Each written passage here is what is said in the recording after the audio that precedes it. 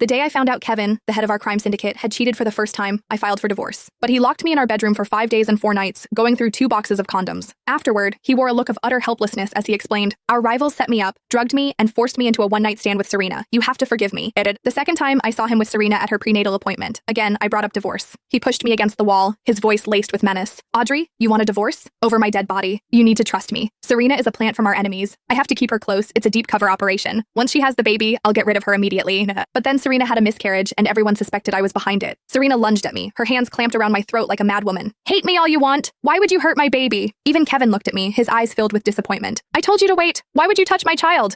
With that, he ordered me to be locked in the basement. "You'll stay down here until you've truly reflected on what you've done." Curled in the corner, I sent a message on my phone. "Erase all records of my child's birth. Once the paperwork is complete, arrange for me and my child to leave." The blood-soaked basement door finally opened just as I was losing consciousness. Kevin scooped me up, pulling me into a tender embrace, his voice filled with concern. "You almost ruined our syndicate's counter scheme. I had to punish you like this to give the crew a proper explanation. You know I love you the most. Once my plan involving Serena succeeds, we can go back to how things were." And his plan involving Serena meant getting her pregnant with his child again. He claimed it was the only way to keep Serena controlled and our enemies in the dark. I watched him put on his act of deep affection, my heart a barren wasteland. But Kevin, we could never go back to how things were. There would be no future for us. And he would never know that he already had a child with me. The day he became the syndicate boss, he witnessed a subordinate's child being held hostage by their rivals. The subordinate's wife, in a surge of maternal instinct, died tragically in a hail of gunfire, protecting her child. From that day on, he would often tell me, haunted by the memory, "Let's not have children. I don't want a child to become your weakness, and I can't bear the thought of losing you." I agreed. But as I saw his eyes light up with joy, time and again, looking at other people's children, I secretly wanted to give him a surprise. That year, Kevin went to Mexico for a mission and told me to stay away for a year. It was during that time I found out I was pregnant with his child.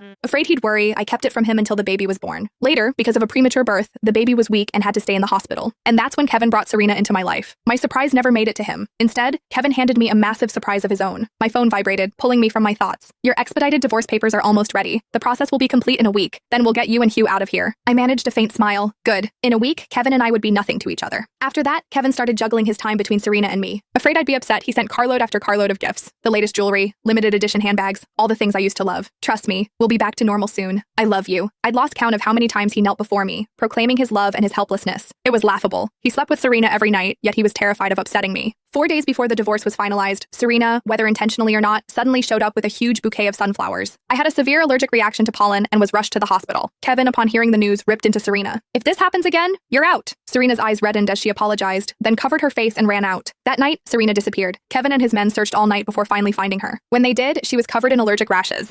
She kept her eyes down, not daring to look at me, and stammered nervously, "I deserve this punishment. After all, I accidentally caused Ms. Audrey's allergy." I was utterly confused, but Kevin gave me a meaningful glance. It wasn't until I overheard him talking